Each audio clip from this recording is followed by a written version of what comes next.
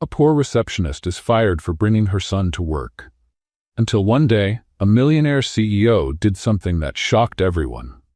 Before we begin this story, tell us in the comments, which city are you watching from? And at the end, don't forget to rate this story from 0 to 10. Enjoy the story. Luna walked through the doors of Parker Corporation, holding Leo's hand, her heart racing and a knot in her stomach growing stronger with every step. She knew bringing her son to work was completely against the rules, she knew. But that day, she had no choice. She pressed her badge to her chest, looked around, and when she didn't see anyone watching, she quickly pulled Leo behind the reception desk. "Stay right here, okay? Quiet, hidden, just play," she whispered, tucking his little backpack into the corner.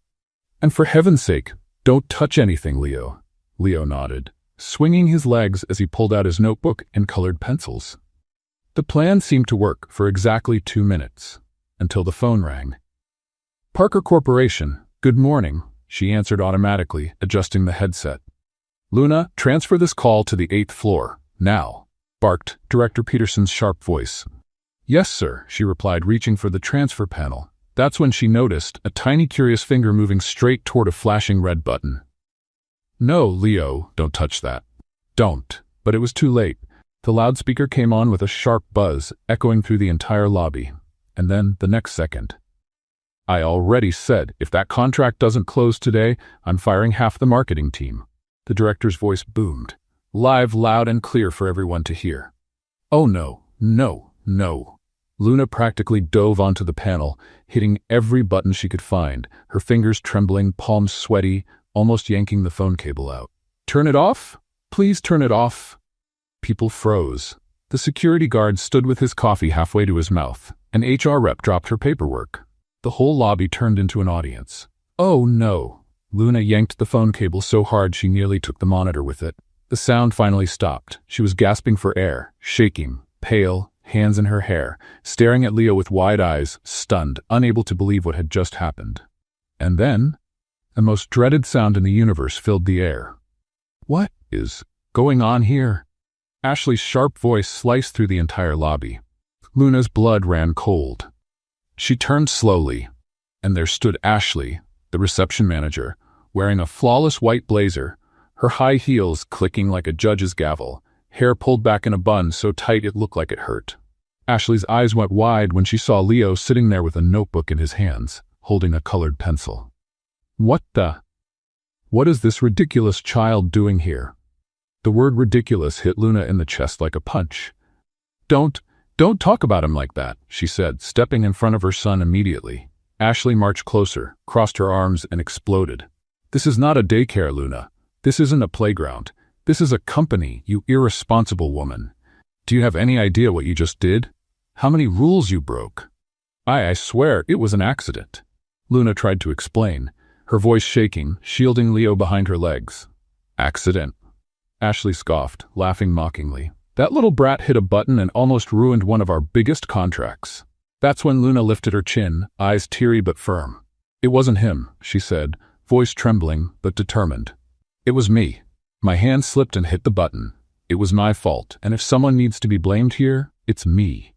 Ashley's eyes widened. "That's a flat-out lie. I saw him press it. Everyone saw." "And he's just a child." Luna snapped, holding back tears, but now with a fire burning in her chest. "He's not the problem, Ashley. I am. And if you want to fire me, fine, but don't you ever raise your voice at him again, ever." The entire lobby went silent. People froze at the elevators, others pretended to look at their phones, even the coffee machine seemed to stop working. Ashley crossed her arms, took a deep breath, squinted, and then, dramatically, ripped Luna's badge from her chest. "Perfect. You are officially fired, and I want you out. Now." Luna's chest sank, her knees went weak. She gripped Leo tighter, took a deep breath so she wouldn't collapse right there. She looked around, hoping for any trace of empathy, of support, but all she saw were turned faces, people pretending not to notice. She squeezed her son's hand, swallowed hard, and lifted her chin. "Come on, Leo," she said, holding on to the little dignity she had left. "We don't need this place." The automatic doors opened, and at that exact moment, as if the universe had just been waiting, the rain poured down. Leo looked up and said, with that honesty only a child has, "Mom, I think the sky is crying with us. Luna closed her eyes, took a deep breath, and forced a smile, holding back her tears. No, sweetheart, she answered, swallowing the lump in her throat. The sky is just trying to see if we know how to swim. What she didn't know was that the storm wasn't an ending. It was just the beginning. Cold rain hit Luna's face like tiny needles as she walked out of Parker Corporation with Leo in her arms. The 5-year-old felt heavier than she remembered, but her arms were trembling more from nerves than from tiredness. "Mommy, why are you walking so fast?" Leo asked, holding tightly around her neck as she hurried down the wet sidewalk. "We're just heading home, sweetheart." That wasn't true. Luna had no idea where she was going. Her thoughts were spinning in desperate circles as rain ran down her hair, stuck to her forehead, and blurred her vision. Fired. I've been fired. The words repeated in her head like a broken record. 6 months working at that reception desk. 6 months arriving on time, smiling at grumpy clients, organizing schedules for people who barely knew her name. And now... "Hey, Mommy," Leo said loudly enough for a few people nearby to hear. "Is that mean lady still in there with that feather duster hair?" A woman with a red umbrella walking past gave a quiet chuckle. "Leo, lower your voice." Luna whispered, but she couldn't hide a small smile at the corner of her mouth. "But it's true," Leo insisted, waving his little hands. It looked like she stuck her finger in the outlet and her hair went like poof. He made a big explosion gesture that made a young man waiting for the bus laugh out loud. "Leo." Luna tried to sound serious, but her son's innocence was impossible to resist. "And she talked like this, blah blah blah." Leo mimicked Ashley's high-pitched voice with an exaggerated face, which made even a man in a suit laugh. For a moment, Luna almost forgot about the situation. Almost, until reality hit again like a cold slap. The rent. $800 due next week. Luna did the math in her head. Exactly $215 in her bank account. Her credit card had been maxed out for 2 weeks, and now no job. "Mommy, are you okay?" Leo touched her face with his little wet hand. "You look sad again." No. Mommy's just thinking about how we're going to survive." Leo's school cost $300 a month. Her car payment was $180. Health insurance, $250. Food, electricity, water, gas. Luna felt a tightness in her chest that almost made her stop walking. How am I going to find another job fast enough? The rain was getting heavier, turning into a real downpour. Luna looked around, trying to find somewhere to stay dry. Her clothes were soaked through, and Leo was starting to shiver in her arms. "Mommy, I'm getting wet." "I know, sweetheart. Let's find a place to wait for the rain to stop." She spotted a red and white striped awning across the street. A food truck. The smell of hamburgers and French fries floated in the air, mixed with the scent of rain on hot pavement. Luna crossed the street almost running, dodging puddles. By the time she got under the awning, she was out of breath and completely soaked. "Wow." Leo shook his head, sending little drops of water everywhere. "Now we're like 2 little fish out of the tank." Luna set Leo down and started trying to dry him with her own wet shirt. It didn't help. Her hands were shaking. She couldn't tell if it was from the cold or from the growing panic inside her. That's when she heard fast footsteps approaching. A tall man, wearing a dark suit soaked through, ran to take cover under the same awning. "Wow, what a storm," the man said, brushing his wet hair back. Luna glanced at him quickly. He looked sharp, probably in his mid-30s, and even with his suit wet, it still looked expensive. Most likely some corporate executive. "Hi." Leo waved cheerfully at the stranger. "Did you turn into a little fish in the rain too?" The man smiled, surprised by the boy's friendliness. "I think I did. And what about you?" "Me and Mommy are runaway fish," Leo replied, excited. "We ran away from that big building over there." "Leo," Luna murmured, embarrassed. "Why does your hair look like a wet dog?" Leo asked, with the pure honesty only a 5-year-old has. The man laughed, a warm, genuine laugh. "You've got a good eye. I probably do look like a soaked stray dog right now." "Yes, just like Rex, our neighbor's dog when he gets a bath." Luna felt embarrassed, but the man seemed genuinely amused by Leo. "And what's your name, young man?" "Leo, and this is my mommy, Luna. She's the best mommy in the world." "Nice to meet you, Leo. Nice to meet you, Luna." The man held out his hand. "I'm Ethan." "Nice to meet you," Luna answered softly, shaking his hand. Do you work around here? Ethan asked, trying to keep the conversation going. Leo answered before Luna had a chance to say anything. Mommy used to work in that building right there, but today a mean lady with feather duster hair fired her. Luna's face turned red with embarrassment. Leo, you don't have to say that. Oh, Ethan looked at her with a curious expression. Trouble at work? Luna hesitated. There was something kind in his voice, no judgment.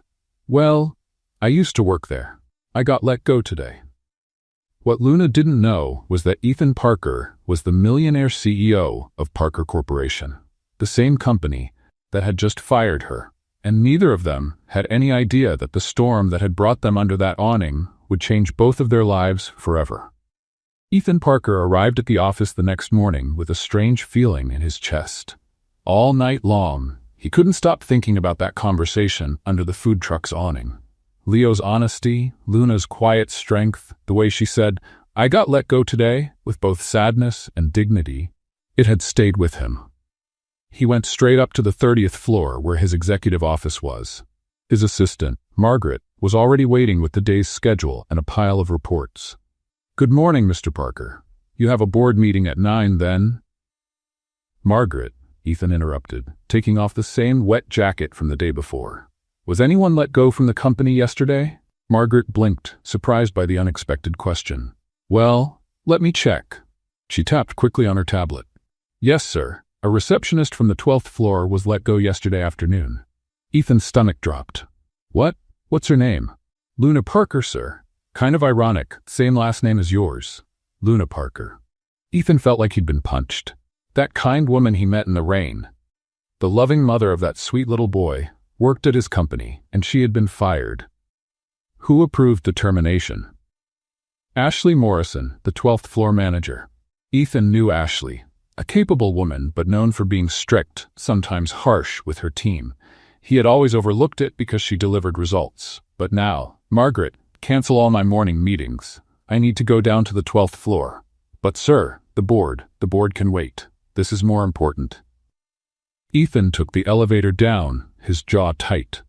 The more he thought about it, the more upset he became. Luna had told him she brought her son because she had no other choice. Anyone with a heart would understand that a single mother sometimes faces impossible situations. The elevator doors opened on the 12th floor. Ethan walked straight to the front desk, where a temporary receptionist was answering the phone with a bored look on her face. Where's Ashley Morrison? In her office, sir, but she's in a meeting. Ethan didn't stop. He knocked once on the glass door and walked in without waiting. Ethan! Ashley stood up quickly, clearly surprised. What a nice surprise, I was just reviewing the reports. Sit down, Ashley. His tone made Ashley swallow hard. She slowly sat back down, trying to read his serious expression. I want you to explain exactly why Luna Parker was let go yesterday. Ashley blinked. Luna Parker? The receptionist? Well, she committed a serious violation of company policy. She brought a child to work and caused an incident that... What incident? The child pressed the speakerphone button during an important call and exposed confidential information to the entire office. It was extremely embarrassing and why did she bring the child? Ashley hesitated. Well, she said the babysitter didn't show up, but that's not a reason to. Not a reason? Ethan leaned forward. Ashley, do you have children? No, but then maybe you don't understand the impossible situation a single mother can be in. Luna had two choices, miss work or bring her child. She chose responsibility and came in. But the rules are clear. We don't allow children at the workplace. Rules are meant to serve people, Ashley, not the other way around. Ethan stood up. I want to see her personnel file. Now. Ashley nervously typed on the computer and turned the screen toward Ethan. What he saw made him even angrier. Luna Parker, 6 months at the company. 0 absences, 0 tardiness. Performance reviews. Excellent, excellent, excellent. Ethan scrolled down, reading the comments from her previous supervisors. Dedicated and responsible employee.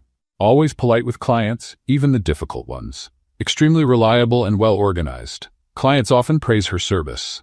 Ashley, Ethan said slowly, trying to stay calm. You fired an outstanding employee, a mother trying to balance work and parenting. Someone who never caused any problems until yesterday. But she broke. She made a human mistake in an impossible situation. Ethan slammed his hand on the table, and instead of showing any understanding, you humiliated her in front of everyone. Ashley turned pale. I was just following protocol. Protocol? Ethan gave a dry laugh. Do you know what our most important protocol is, Ashley? Treating our employees like human beings. Ethan started pacing the room, thinking fast. Margaret told me several clients already called asking for Luna. Apparently, she was very well liked, an employee with perfect attendance, glowing reviews, and great customer relations. And you fired her over an accident. It was more than just an accident. No, it was exactly an accident. Ethan turned to face her. A 5-year-old pushed a button. It happens, and instead of handling it with maturity, you turned it into a public scene. Ashley swallowed hard, clearly realizing she'd made a serious mistake. Ethan, maybe we can reconsider? No, Ashley, I'll reconsider. You've lost the right to make decisions about Luna Parker. Ethan picked up the internal phone. Margaret, I need you to locate Luna Parker right away. Phone, address, any contact info we have. It's urgent. He hung up and looked at Ashley with an expression she had never seen before. Ashley, let me be clear. Luna Parker is coming back to this company, today, and if you have a problem with that, maybe you're the one who should start looking for another job. But she broke the rules. And you broke something much more important. Trust. A good manager protects their team, not kicks them when they're down. The phone rang. Ethan answered. Sir? I found Luna Parker's phone number, and her address too. Perfect. Margaret, I want you to prepare a reinstatement contract. Same salary, but add a special clause. In case of family emergencies, employees may bring their children to work, as long as it doesn't interfere with operations. Yes, sir. Anything else? Yes. I want you to find a room on the 12th floor and turn it into a temporary kids' space. Toys, books, drawing supplies for emergency use. Ethan hung up and headed to the door. Where are you going?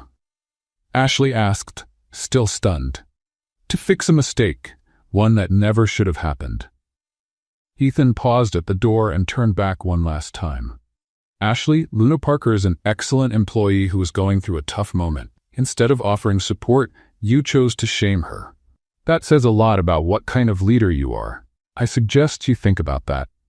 As he waited for the elevator, Ethan felt a determination he hadn't felt in a long time. This wasn't just about fixing an injustice. It was about doing the right thing. And deep down, he knew he wanted to see Luna and Leo again. He wanted to see that genuine smile, hear the little boy's curious questions, feel that rare lightness he had experienced under the food truck awning. The next morning, Luna woke up with a knot in her stomach that had started to feel permanent. At 3 a.m, she was still browsing job websites on her old laptop, which kept freezing every 5 minutes. The options were discouraging. Receptionist with at least 2 years experience, retail associate available on weekends, call center work that barely covered rent. Mommy, why are you up so early? Leo stood in the bedroom doorway, still in his pajamas, rubbing his eyes. I was just looking some things up, sweetheart. Looking up how we won't end up on the street. Luna closed the laptop and forced a smile. How about we have some breakfast? As she was making toast with the last of the jam in the fridge, the phone rang. Hello? Luna? This is Carla from the temp agency. I've got a short gig for today if you're interested. Luna felt a wave of relief. Absolutely. What is it? Window cleaning at a cafe downtown. 8 hours, $80. It's not much, but I'll take it, Luna answered before Carla could finish. 2 hours later, Luna was standing in front of Seattle's best coffee, a charming little cafe with huge windows that definitely needed cleaning. The uniform from the agency was twice her size, making her look like a kid wearing adult clothes. At least it's clean, she muttered to herself, tying her hair back in a ponytail. The cafe manager, a short man with a mustache, gave quick instructions. Windows inside and out. Cleaning supplies are over there. I need it done by 5. Luna grabbed the spray bottle and squeegee, took a deep breath, and started. It wasn't exactly her dream job, but $80 meant food on the table for a few days. She was halfway through the second window when she heard a familiar voice from the other side of the glass. Excuse me, but, Luna? She almost dropped the spray bottle. Inside the cafe, looking at her with total surprise, was Ethan. The same well-dressed man from the food truck. now in a sharp navy blue suit, holding a cup of coffee. Luna felt her face flush. There she was, dressed like a scarecrow, cleaning windows, and who shows up? The only man who'd been kind to her lately. "Hi," she said through the glass, giving an awkward wave with her gloved hand. Ethan stepped out of the cafe and walked up to her on the sidewalk. "What are you doing here?" "Working," Luna replied, trying to sound casual as she kept spraying the glass. "Cleaning windows?" "It's honest work," she said, a little defensive. Ethan looked at her for a moment, as if processing what he was seeing. "Luna, I need to talk to you." "I'm kind of busy right now." She kept scrubbing the glass, avoiding eye contact. "It's about your old job." Luna paused. "My old job? You were let go from Parker Corporation, right?" "Yes. So?" Ethan ran his hand through his hair, clearly nervous. "Luna, I'm Ethan Parker, owner of Parker Corporation." The squeegee slipped from Luna's hand and hit the ground with a soft thud. "You're—" "What?" "The CEO of the company you worked for. And I'm here to offer your job back." Luna blinked several times, like she was trying to solve a math problem that didn't make sense. "This some kind of joke?" "It's not a joke. I looked into what happened. Ashley Morrison had no right to fire you. You were an excellent employee." Luna let out a bitter laugh. "Excellent? I caused a huge scene. You made a human mistake in a tough situation. Any mother would have done the same." "Look, I appreciate the kindness, but—" Luna bent down to pick up the squeegee, stalling to gather her thoughts. "I don't need charity. It's not charity, it's fairness. It is charity." Luna stood up, holding the squeegee like a sword. The big rich CEO feels sorry for the poor lady cleaning windows and decides to play hero. "Luna, that's not what this is, isn't it?" She crossed her arms, pride louder than need. "You show up here, find me at my worst, and decide to save me? No thanks." Ethan sighed. "You are the most stubborn person I've ever met. And you're arrogant. You think you can fix other people's lives with a snap of your fingers." That's when a high-pitched voice cut through the argument. "Mom!" Luna turned and saw Leo running down the sidewalk, slipping away from the neighbor who was watching him. "Leo, what are you doing here?" "Aunt Martha said you were working here." Leo stopped in front of them, out of breath but excited. "Hi, wet dog hair man." Ethan laughed. "Hey, Leo, is my hair better today?" "Yeah, now it looks like real people hair." Leo looked from Luna to Ethan, then back again with that curious look only kids have. "Mister, are you my mom's boyfriend?"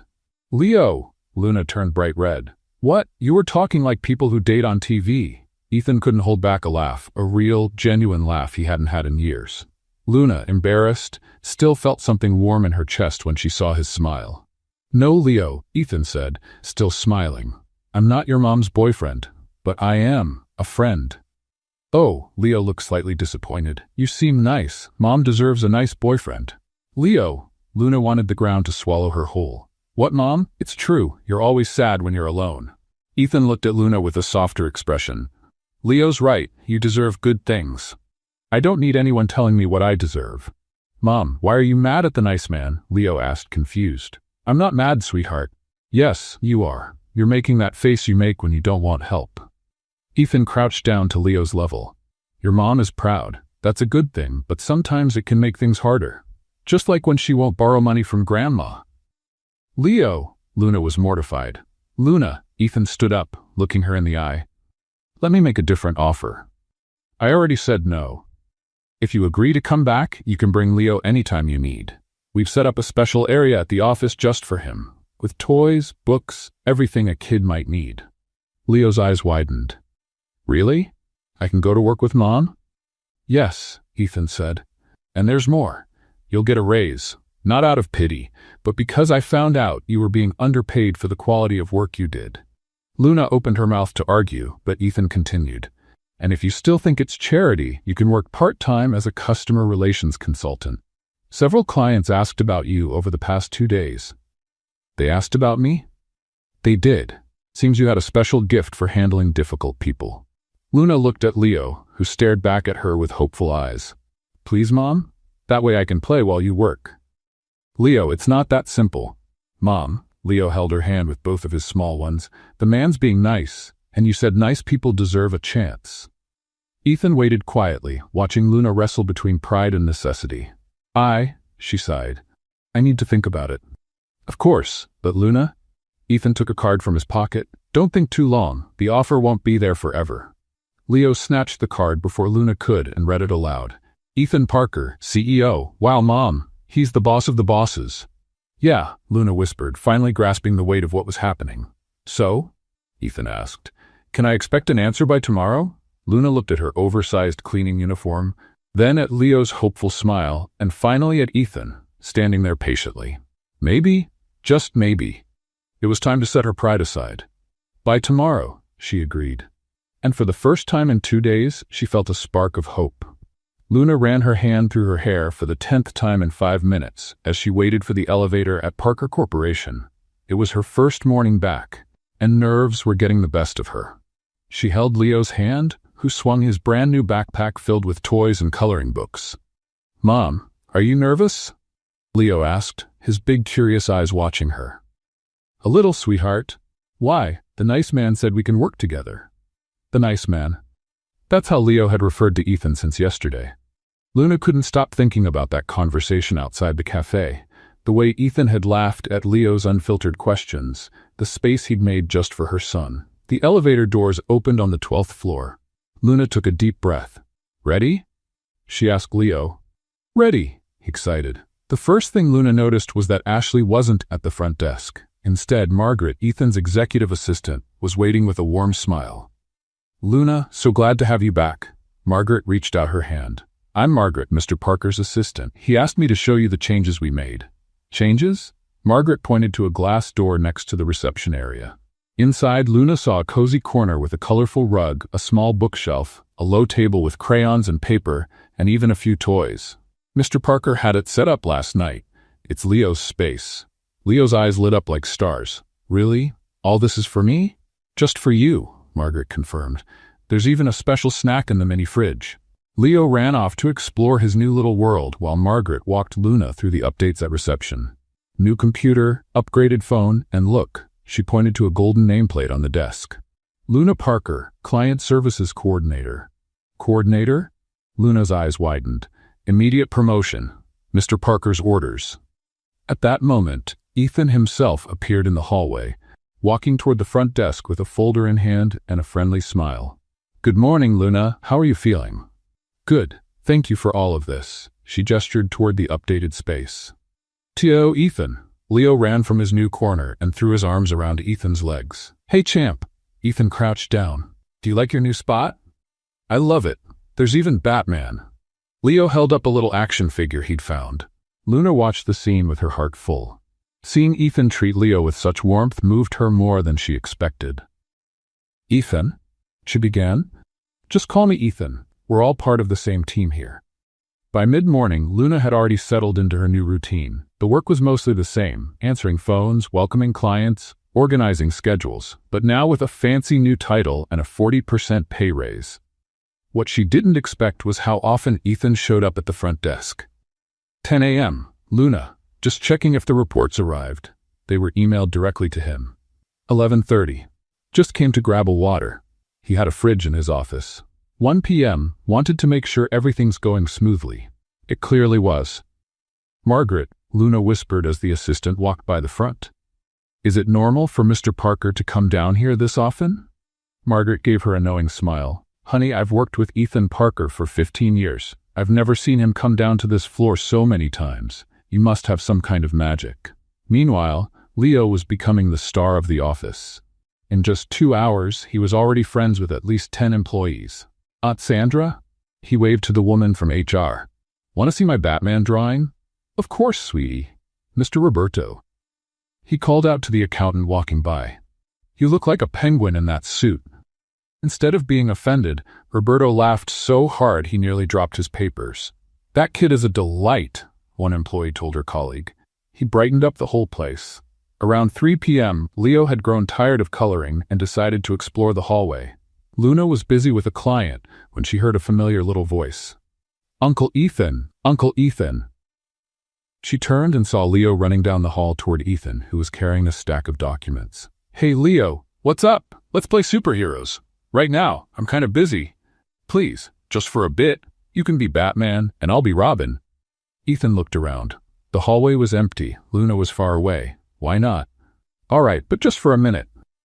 Yes, Leo jumped with joy. Now you have to crouch down and pretend you're flying. Flying? Yeah, Batman flies. Come on, crouch and stretch out your arms. Ethan, the millionaire CEO who ran a company of 200 people, crouched down in the hallway and stretched his arms out like he was flying.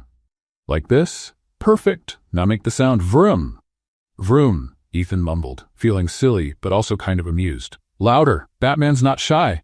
Vroom, Ethan shouted, running crouched down the hallway after Leo. Right at that moment, the elevator doors opened and out stepped 3 men in suits. The Japanese investors, scheduled for a meeting at 3:15.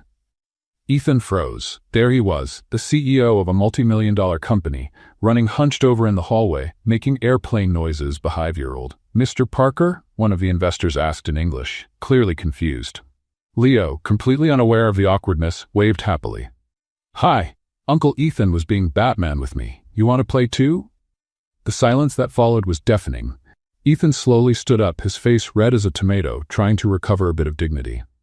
Gentlemen, I was just... One of the investors, the oldest one, started to smile. Then he laughed. Within seconds, all 3 were laughing out loud.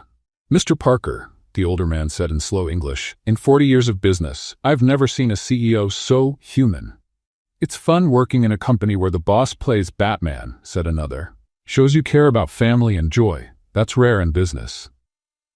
Ethan blinked, surprised by their positive reaction. Leo, he crouched down again, speaking to the boy. These are the uncles from Japan. They came to talk about work. Cool, Leo waved. Bye, uncles from Japan. Batman has to go back to the Batcave. After the investors went into the meeting room, still laughing, Ethan walked back to reception, where Luna was waiting with an amused look on her face. So, did Batman have an interesting meeting? You saw that? Ethan ran a hand through his hair, embarrassed. I did, and I filmed it. Luna held up her phone, smiling mischievously. You didn't. I did. Want to see? Ethan tried to grab the phone, but Luna was quicker, running to the other side of the desk. Luna, delete that. Never. It's too cute seeing the big CEO playing superhero. I was just being nice to your son. You were being adorable. They stared at each other for a moment, Luna holding the phone, Ethan trying to look stern, but both were smiling. You know, Luna said softly, Leo's never had a male figure to play like that with. Thank you. Ethan's expression softened. He's a special kid. He is. And you're special for seeing that. The moment was cut short by Leo popping up between them. Mom, Uncle Ethan, you're looking at each other like people in love on TV again. Luna and Ethan quickly stepped apart, faces flushed. Leo. Luna sighed. What? It's true. Leo shrugged and went back to his little corner. Ethan cleared his throat. Well, I need to head to my meeting. Of course. But before walking away, he turned back. Luna? Yes? Thanks for letting me play Batman. It's been a long time since I've felt this light. And with that, he left, leaving Luna with a smile on her face and a strange feeling in her chest. A feeling that had everything to do with the way they'd been looking at each other lately. The next morning, Luna arrived at the office with Leo bouncing excitedly beside her. The little boy had already settled into the new routine and treated his little corner like it was his personal kingdom. Mom, today I'm going to draw a castle for Uncle Ethan, Leo announced as he ran to his spot. That's nice, sweetheart. Luna settled in at the front desk, turned on the computer, and started checking the morning emails. Everything was normal, nothing unusual until... Good morning, Luna. She looked up and saw Ethan standing in front of the desk, holding a brown paper bag. Good morning, Ethan. Is something wrong? No, it's just that. He held up the bag. I picked up some cookies on my way to work. Got a few too many by mistake.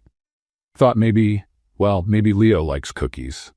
Luna looked at him with a curious expression. You bought cookies by mistake? Yeah, totally by accident. The lady at the bakery convinced me to get more than I meant to.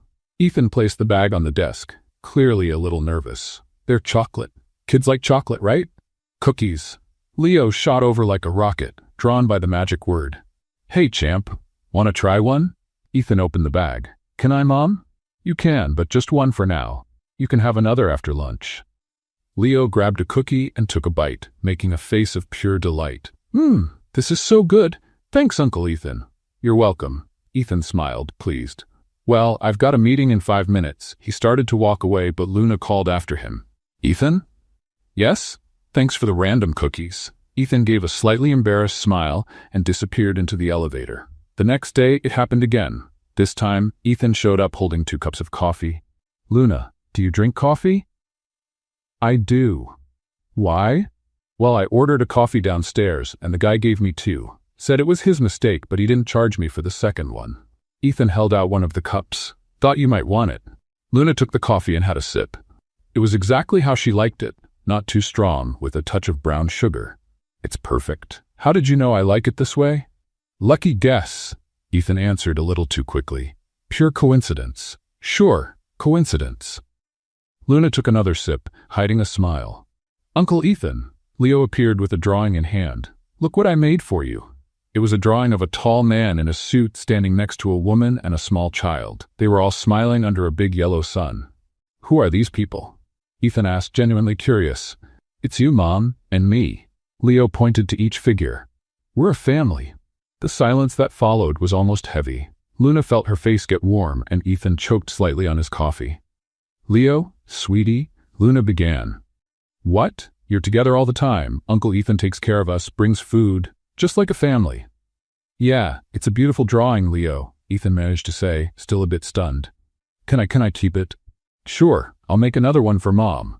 Leo ran back to his little space, leaving Luna and Ethan in an awkward silence. He's very imaginative, Luna murmured. He is, very. Ethan carefully folded the drawing. Well, meeting's waiting. Of course. But he didn't leave right away. He stood there, looking at Luna like he wanted to say something. Ethan, is everything all right? It is. It's just that, he hesitated. Are you happy here?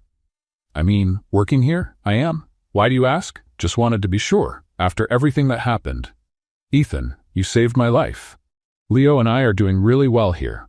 They looked at each other for a few seconds until Ethan cleared his throat. Great, that's good to hear. And this time, he really did leave. On Thursday, it was lunch. Luna, have you had lunch yet? Ethan appeared with a bag from a Japanese restaurant.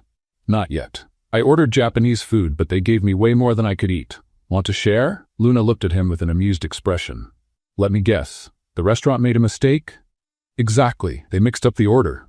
Ethan avoided her eyes. There's sushi, yakisoba, tempura. Sushi! Leo shouted from his little corner. I love sushi. You don't even know what sushi is, Luna laughed. Yes, I do. It's that fish Grandma buys at the Japanese store. Ethan crouched down to explain. Sushi is raw fish, Leo. You sure you want to try it? Raw fish? Leo made a face. Yuck. I'd rather have the yakisoba. Yakisoba is noodles. You'll like it. Ethan opened the containers on the reception desk. We can't eat here, Luna protested. What if a client shows up? Margaret can cover for a few minutes. She loved the idea of you two having a proper lunch. They sat around the desk, eating with plastic chopsticks. Leo was trying to grab noodles and making a hilarious mess, while Luna and Ethan laughed at his efforts. Like this, Leo. Ethan showed him how to hold the chopsticks. See? It's like picking up food with 2 little sticks. Why don't Japanese people use forks like normal people? Leo asked, genuinely puzzled. It's tradition, Ethan explained patiently. Each country has its own customs. Like how Brazil has brigadeiro and the US has cookies. Exactly. Luna watched them, feeling a warm sensation grow in her chest. Seeing Ethan be so patient with Leo, explaining things in a simple way, laughing at silly questions. What are you thinking about? Ethan asked, noticing she'd stopped eating. Oh, nothing, Luna answered too quickly and went back to her food. Mom makes that face when she's happy, Leo said casually. It's the same face she makes when she watches romantic movies. Leo! Luna nearly choked on her yakisoba. What? It's true. You get all smiley and your eyes get shiny. Ethan looked at Luna, who was now red as a beet. Shiny eyes? He asked, amused. Leo has a big imagination, Luna murmured. No, I don't. Look, you're doing it again. Leo pointed at his mom. Ethan looked at Luna for a moment. Her eyes really did have a special shine. Her hair fell naturally over her shoulder, and when she smiled like that, Ethan? Luna noticed him staring. I was thinking about the afternoon meeting. What meeting? Luna asked. The meeting, Ethan stammered, with important people. Uncle Ethan, did you forget the name of your meeting? Leo asked innocently. Yes, I forgot. Ethan stood up quickly. Anyway, I need to get ready. Thanks for lunch. But you brought the food, Luna pointed out. Oh right, thanks for sharing. And he left in a hurry, leaving Luna confused and Leo pondering. Mom, Uncle Ethan is kind of clumsy, huh? A little, sweetheart. But he's nice and he likes us. How do you know that? Because he makes the same face you do when he's around us, a happy face. Luna looked in the direction Ethan had gone, thinking about her son's words. A happy face. On Friday, Ethan showed up with hot chocolate. To help you warm up? The air conditioning is a little too strong today. On Saturday, when they worked a half day, he brought sandwiches left over from a meeting. On Sunday, even though it wasn't a work day, he showed up at the office with some excuse about forgotten documents, and ended up spending the entire afternoon playing with Leo, while Luna organized files. Ethan, Luna said as they were leaving, can I ask you something? Of course. Why are you doing all this? Doing what? The cookies, the coffee, the lunches, the hot chocolate, she listed on her fingers. Well, it's just...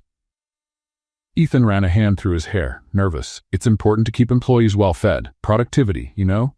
Productivity, exactly. And the other employees? Do you bring them coffee too? The others, Ethan hesitated. The others don't work this closely with me. I see. They stood in front of the elevator, both pretending not to notice what was going on between them. Luna? Yes? Do you like breakfast?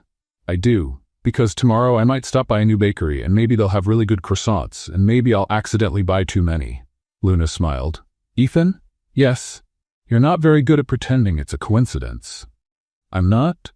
No. But she stepped into the elevator with Leo. I do like croissants. The doors closed, but not before Luna saw Ethan smile in a way she'd never seen before. A way that made her heart race and confirmed what she had already started to suspect. Something was changing between them. Ashley Morrison watched from the window of her new office on the 11th floor as Ethan chatted with Luna down at the reception desk. Her perfectly manicured red nails dug into her palms every time he smiled at that. That former employee. 3 weeks. It had been 3 weeks since Luna came back, and Ashley had seen Ethan go down to the 12th floor more times in one day than he used to in a whole month. This can't go on, she muttered to herself, adjusting her tight bun. After her disastrous meeting with Ethan, Ashley had been promoted to records supervisor. Basically, a fancy exile. She knew Ethan wanted her gone but couldn't fire her without just cause. Not yet, but if she could prove Luna was incompetent. A cruel smile spread across Ashley's lips when she saw the perfect opportunity. On her desk was the monthly client report, the one she had altered the night before, changing some numbers to make it look like Luna had made serious mistakes in customer service. Showtime, she whispered, picking up the papers and heading to the elevator. Luna was helping Leo organize his colored pencils when Ashley appeared at the reception like a storm of high heels and strong perfume. Luna Parker. Her voice cut through the air like a knife. Ashley? Luna stood up, surprised. What are you doing here? I came to fix a serious problem. Ashley slammed the papers on the desk. You made a terrible mess of the client reports. What do you mean? Look at this. Ashley pointed at the numbers. 3 important clients complained about poor service. 2 canceled contracts because of your incompetence. Luna took the papers, confused. Ashley, this doesn't make sense. I didn't serve those clients. And these numbers. Are you doubting my work? Ashley raised her voice on purpose, making other employees stop and watch. Typical. Always blaming others for your mistakes. I'm not blaming anyone. I'm just saying that. Silence, Ashley shouted. You're nothing but an incompetent who only came back because Mr. Parker felt sorry for you. That's when Leo, who had been quietly in his corner, lifted his head with a confused look. Aunt Ashley? He called, with the innocence typical of a child. What do you want, little pest? Why are you lying about Mommy? Ashley froze. I'm not lying. You are. Leo stood up, holding a colored pencil. Yesterday I saw you messing with those papers on your desk. You didn't see anything. I did. Leo insisted, completely unfiltered. You were changing the numbers with a pen, like when I erase a drawing to make a new one. A murmur spread among the employees watching the scene. Leo, dear, Luna tried to intervene. No, Mommy, she's being mean again. Leo pointed at Ashley. And she also said bad words when she thought no one was listening. I did not say bad words. Ashley yelled, completely losing control. Yes, you did. You said Mommy was a… Leo paused, trying to remember the exact word. An ugly word that starts with V. More murmurs. Phones discreetly came out to record the situation. And you also said you would make up lies so Uncle Ethan wouldn't like Mommy anymore. Ashley's blood ran cold. How had that terrible child heard everything? That's a lie. This boy is making up stories. I'm not. Leo crossed his arms. You also said Uncle Ethan was what was it? Oh yeah, a foolish lover. The silence that followed was deadly. All the employees looked at Ashley with a mix of shock and barely hidden amusement. Ashley stammered, desperate. That's when Ethan's voice cut the silence. Ashley, my office, now. Everyone turned. Ethan was standing near the elevator with an expression Luna had never seen before. He was furious. Ethan, good you're here. Ashley tried to recover her composure. I was just explaining to Luna the serious mistakes she made. I heard everything. Ethan walked toward the group. And apparently, my honorary nephew here has an excellent memory. He crouched down to Leo's level. Is what you said true, champ? Yes, Uncle Ethan. I don't like lies. Mommy always says lying is bad. Ethan stood up and looked directly at Ashley. So you altered reports to frame an exemplary employee? I know. It's just… And you called Leo a pest? Ethan's voice dropped dangerously. A 5-year-old child. Ethan, let me explain. No. Enough. Ethan turned to the employees watching. Everyone here can confirm that Ashley Morrison just admitted to falsifying official company documents? Several nodded. Perfect. Ethan looked back at Ashley. You're fired. For cause. Security, please escort Miss Morrison out of the building. You can't do this, Ashley exploded. I can, and I am. Forging documents is a crime, Ashley. You should be thankful I'm not calling the police. 2 security guards appeared quickly. Wait, Ashley shouted as she was escorted out. This is harassment. Favoritism? He's only protecting her because he's in love. Ethan stopped and slowly turned around. You know what, Ashley? You're right. I am protecting Luna. And you know why? He looked around at all the employees. Because she is an honest person, dedicated, and a fantastic mother. Because she treats everyone with respect, even when she doesn't get the same respect back. Luna felt her face flush as everyone looked at her. And if that's favoritism, Ethan continued, then I fully own it. Some people deserve to be favored. Some people deserve to be protected. And some people, he looked straight at Luna, deserve to be appreciated. Ashley was escorted out, shouting nonsense about injustice and favoritism. When the commotion died down and the employees returned to work, Leo tugged on Ethan's pants. Uncle Ethan? Yes, champ? You really like Mommy, don't you? Ethan looked at Luna, who was red as a tomato, then back at Leo. I think so, Leo, a lot. That's great. Leo smiled. Because she likes you too. She gets all silly when you show up. Leo. Luna practically shouted. What's wrong, Mommy? It's true. Ethan laughed, and for the first time in weeks, Luna realized maybe it wasn't possible to pretend nothing was happening between them. Especially when he defended her in front of everyone. Especially when he said she deserved to be appreciated. And especially when Leo decided to be the most honest matchmaker in the world. A week had passed since the Ashley incident, as the employees of Parker Corporation started calling it.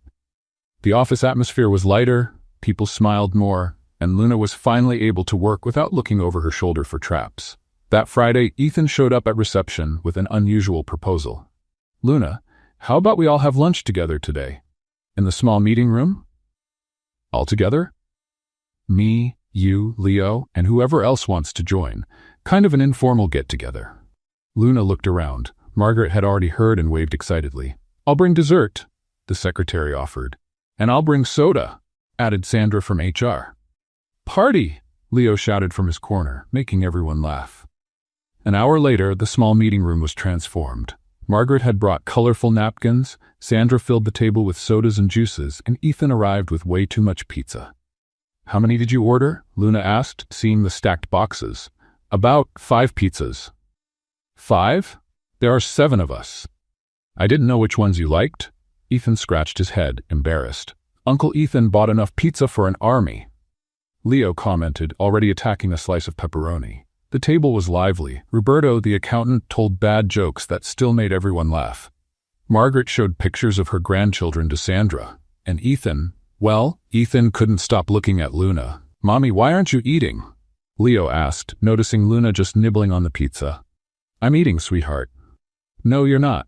You just keep looking at Uncle Ethan and smiling silly. Luna's fork froze in midair. Leo, what? It's true. Leo turned to Ethan. Uncle Ethan, you also look at Mommy and get all red. Roberto nearly choked on his soda. Margaret and Sandra exchanged knowing looks. Leo, eat your pizza, Luna murmured, her face burning. But I'm just telling the truth, Leo insisted. Grandma always says we should tell the truth. Some truths can wait, dear, Ethan said gently, though he was also blushing. Why? Leo asked with that typical childlike curiosity. Are you ashamed to like each other? Total silence filled the room. Even Roberto stopped chewing. Leo? Luna started. No, Mommy, I want to know. Leo stood on his chair, looking seriously at Ethan. Uncle Ethan, you like my mommy, right? Ethan looked around the table. All eyes were on him. Margaret smiled like she was watching a romantic movie. Sandra was practically holding her breath. Roberto pretended he was very interested in his pizza. Leo, that's complicated, Ethan tried. Why is it complicated?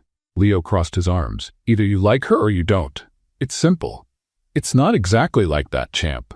It is. Leo slapped the table. Like when I like ice cream, I don't make excuses. I say I like ice cream. That's it. Luna was mortified. Leo, Uncle Ethan doesn't have to answer. Yes, he does. Leo turned to her. And you too, Mommy. You guys look at each other all day, bring food for each other, play with me together. If it's not dating, then what is it? Margaret let out a soft laugh. Sandra was clearly trying not to smile. It's friendship, dear. Luna explained patiently. Friendship? Leo made a face.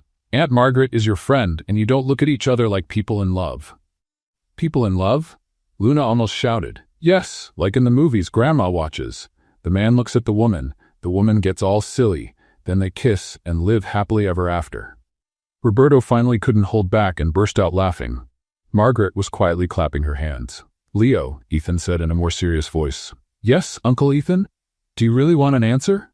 I do. Ethan looked at Luna, who was red as a pepper, then back to Leo. All right, I'll answer. Ethan, no, Luna protested. No, Luna, Leo has the right to know. Ethan took a deep breath. Leo, you asked me if I like your mommy, right? I did. So, Ethan looked straight into Luna's eyes. I think I do, Leo. A lot. The silence that followed was so deep you could hear the air conditioner running.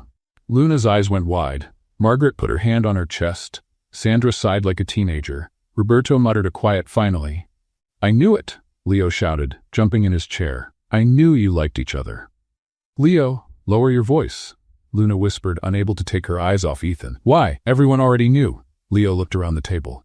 You all knew, right? Obviously, Margaret said. Of course, Sandra confirmed.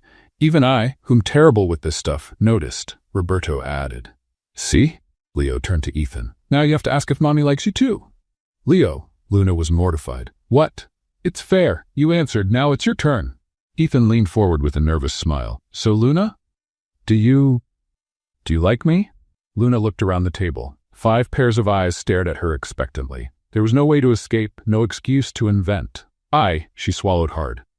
Say it, Mom, Leo shouted. I like you, she whispered so quietly almost no one heard. Louder, Leo insisted. I like you, Ethan, Luna repeated, still red, but looking directly at him. A lot. Margaret started clapping. Sandra said, Oh, how sweet. Roberto raised his soda cup for a toast.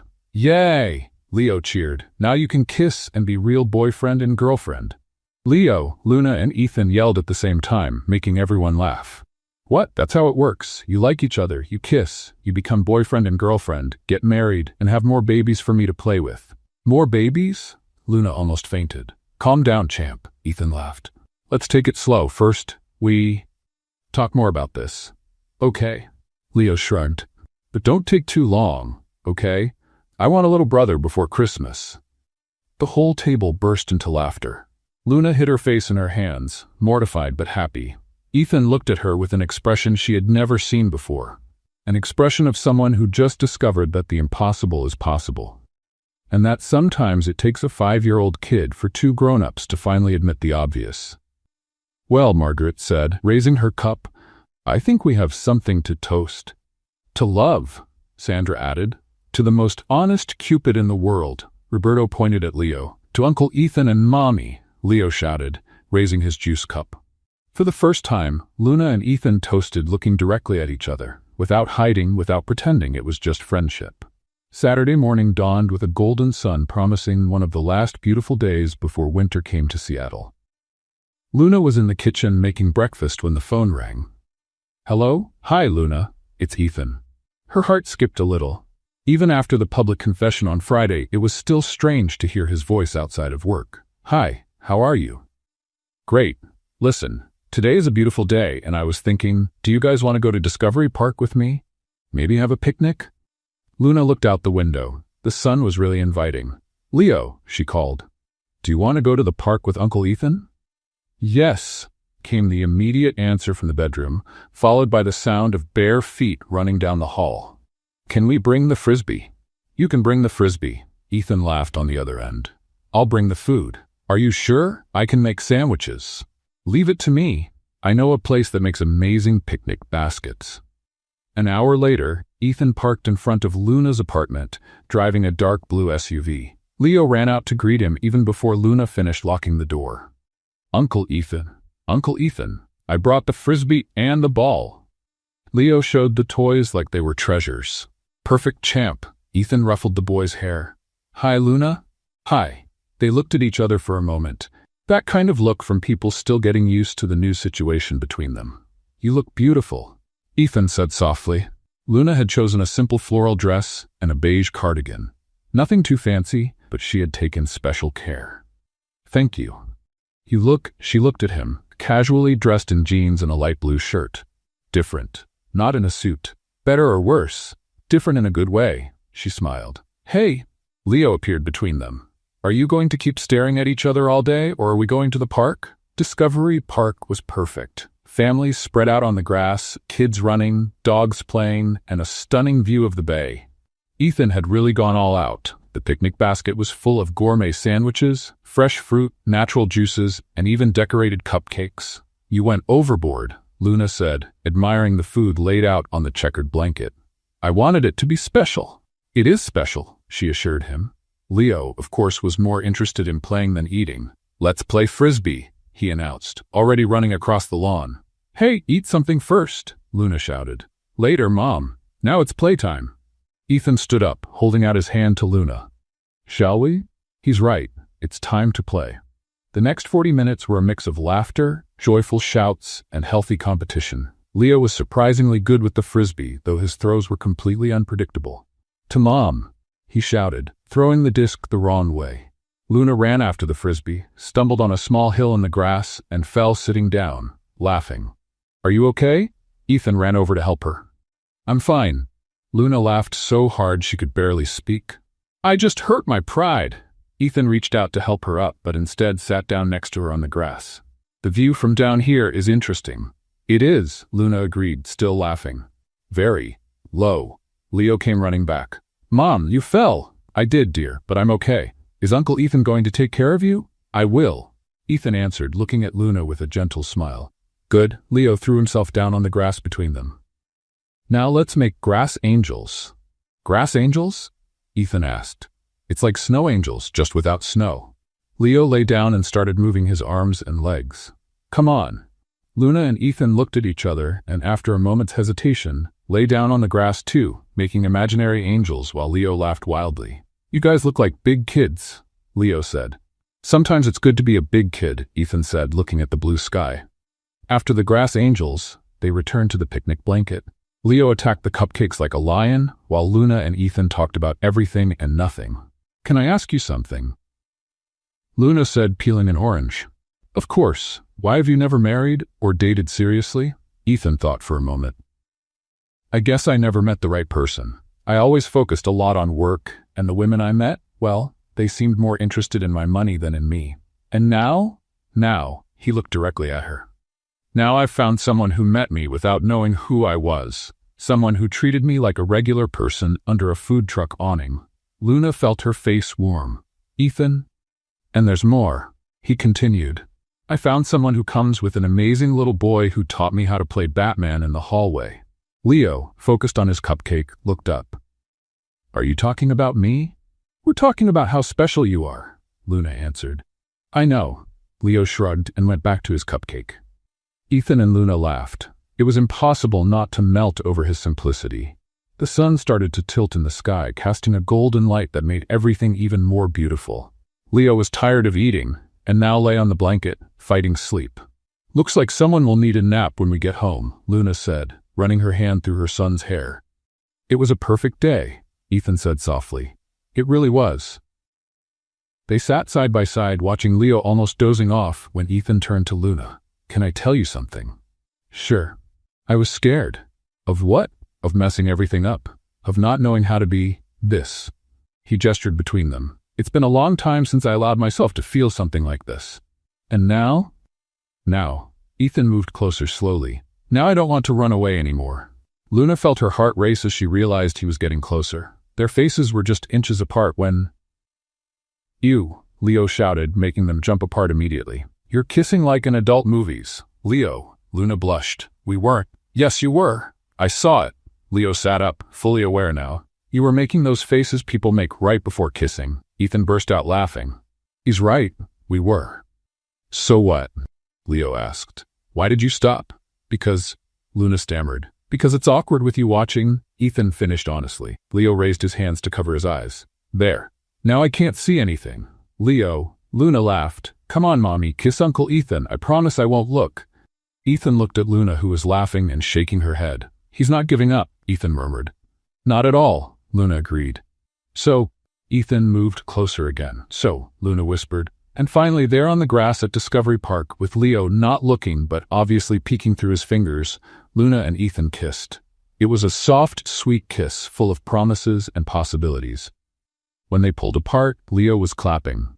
"I knew you two would get together," he shouted, jumping on the blanket. "I thought you weren't looking," Luna said, still dizzy from the kiss.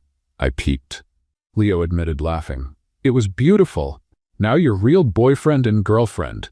Ethan took Luna's hand, fingers entwined. "I think so," he said, looking at her.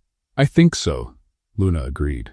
And there, in the middle of the park, with Leo celebrating like it was New Year's, something new officially began. A few days later, the Parker Corporation's event hall had been transformed. Golden lights hung from the ceiling, elegant tables decorated the room, and a small orchestra played soft music in the corner. It was the company's annual party, a gathering of employees, partners, and investors to celebrate another year of success. Luna adjusted the navy blue dress she had bought especially for the occasion. It was her first time attending a company social event, and she was nervous. "Mommy, you look beautiful," Leo said, perfect in his little suit Ethan had insisted on buying for him. "Thank you, sweetheart. You look very sharp, too." Leo had been officially invited to the party. "He's part of the team," Ethan had said when Luna protested it wasn't appropriate to bring a child to a corporate event. "Uncle Ethan," Leo waved when he saw Ethan approaching, looking stunning in a black tuxedo. "Hi, champ." Ethan bent down to greet Leo before turning to Luna. "You look, wow." "Thanks." Luna smiled, feeling that flutter in her stomach that had become constant in the 2 weeks since they officially started dating. "Mommy, can I go check out the dessert table?" Leo asked, already eyeing the impressive sweets on the other side of the room. "You can, but don't overdo it," Luna called as he ran off. "He's going to be the star of the party," Ethan commented, watching Leo enthusiastically greet every employee he passed. "He loves being the center of attention. I guess he gets that from someone." Ethan winked at her. The party was in full swing when Margaret appeared beside them. "Luna, you're glowing." "And Ethan." She looked between them with that knowing smile she'd had since they went public. "You make a beautiful couple." "Thank you, Margaret." Luna smiled, still getting used to people talking about her and Ethan as a couple. "By the way," Margaret turned to Ethan, "it's time for your speech." "What speech?" Luna asked, curious. "Every year I give a thank you speech," Ethan explained. "Nothing big. Nothing big." Margaret laughed.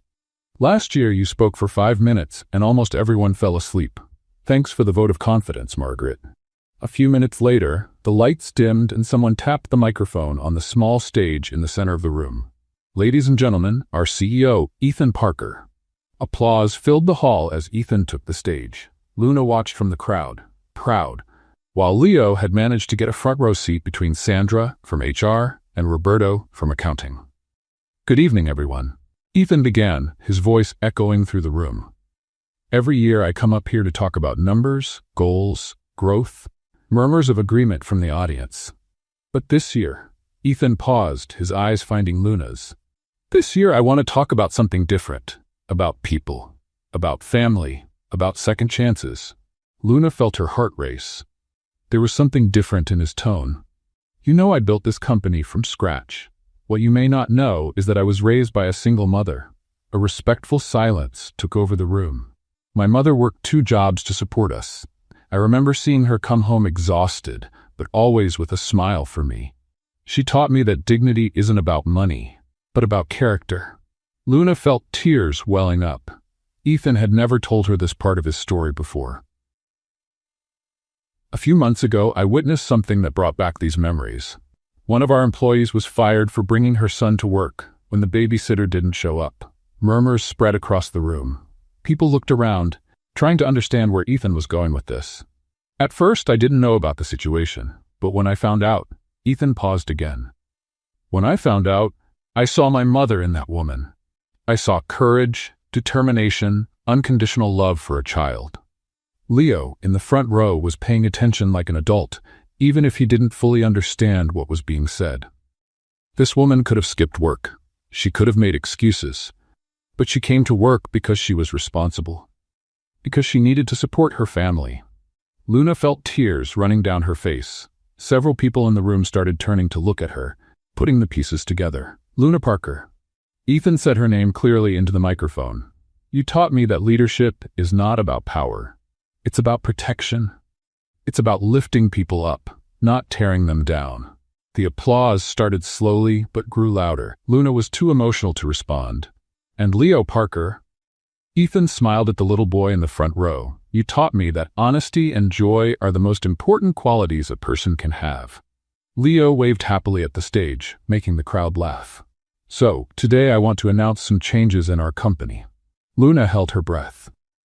First, Luna Parker is being promoted to administrative coordinator with all the benefits and responsibilities the position requires. The applause exploded. Margaret shouted, "Finally!" Loud enough for everyone to hear. Second, Ethan continued, raising his voice over the applause.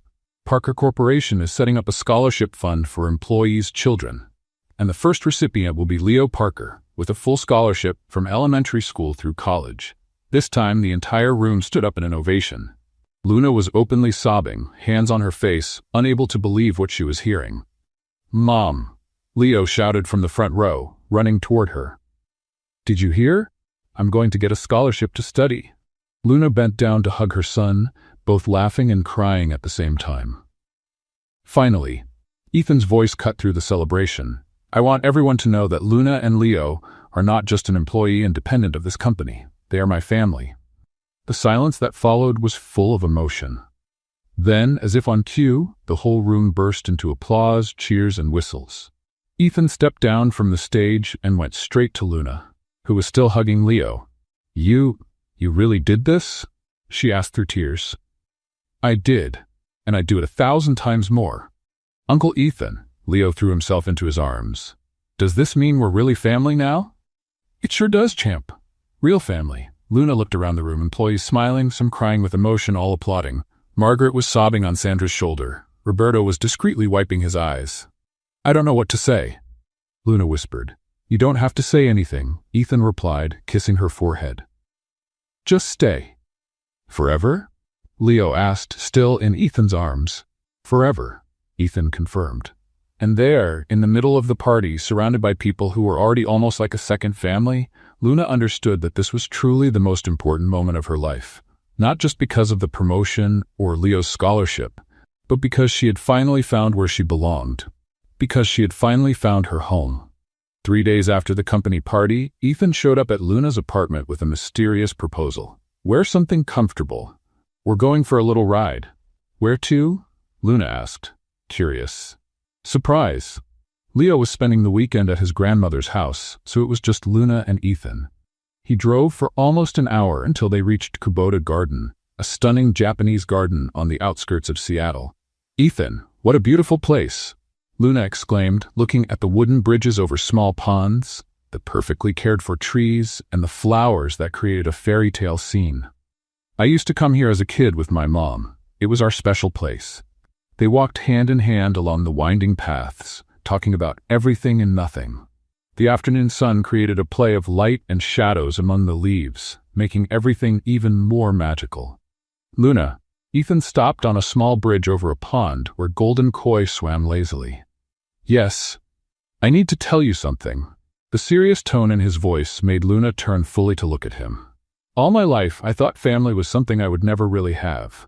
After my mother died, I convinced myself I was meant to be alone.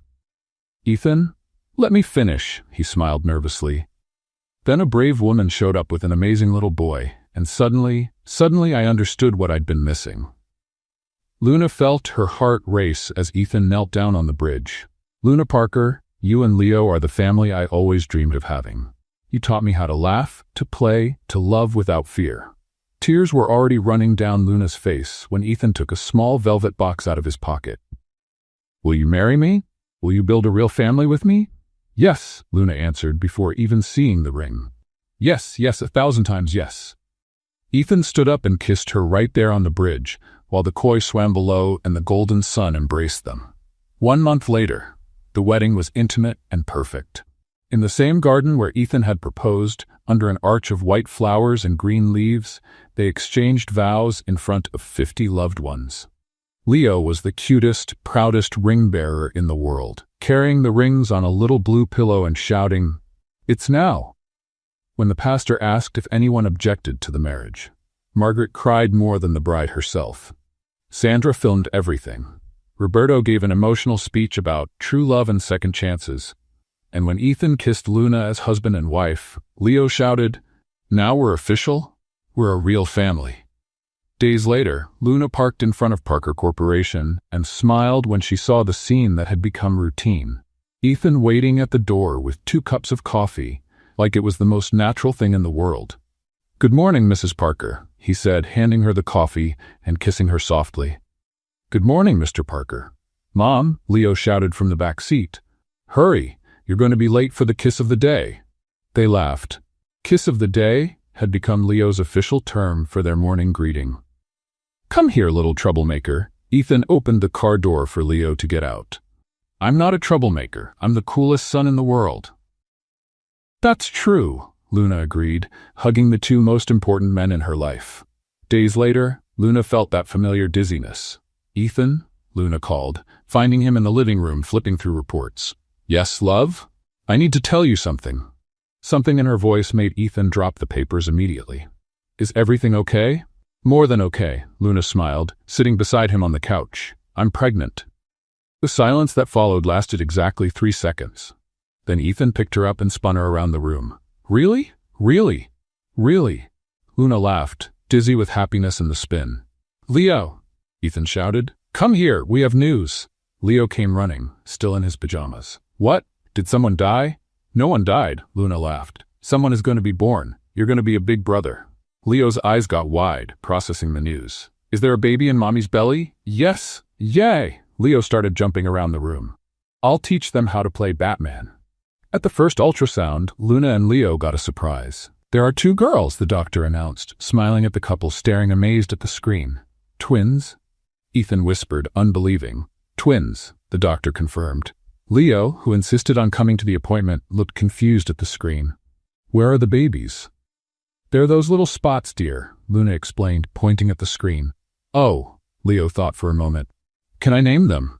"We can talk about that," Ethan laughed. "How about Batman and Robin?" "They're girls, Leo." "Then, Batgirl and Robina?" Months later, the birth was long but smooth. First came Sophia Parker. 3 minutes later, Isabella Parker arrived.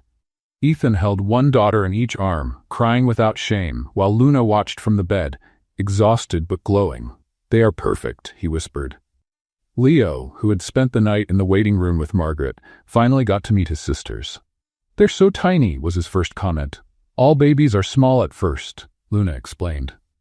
"Can I teach them how to play Frisbee when they grow up a little? And how to play superheroes? Also, and how to press buttons on the phone?" "No way!" Ethan and Luna shouted at the same time. Luna looked at Ethan and the kids and said, "This is the family I always wanted, and you are the most wonderful dad and husband." Ethan, emotional, smiled and kissed her. What did you think of Luna and Ethan's story? Leave your opinion in the comments. Rate this story from 0 to 10. Subscribe to the channel and hit the bell to follow all our stories, and check out more exciting stories by clicking here on the end screen.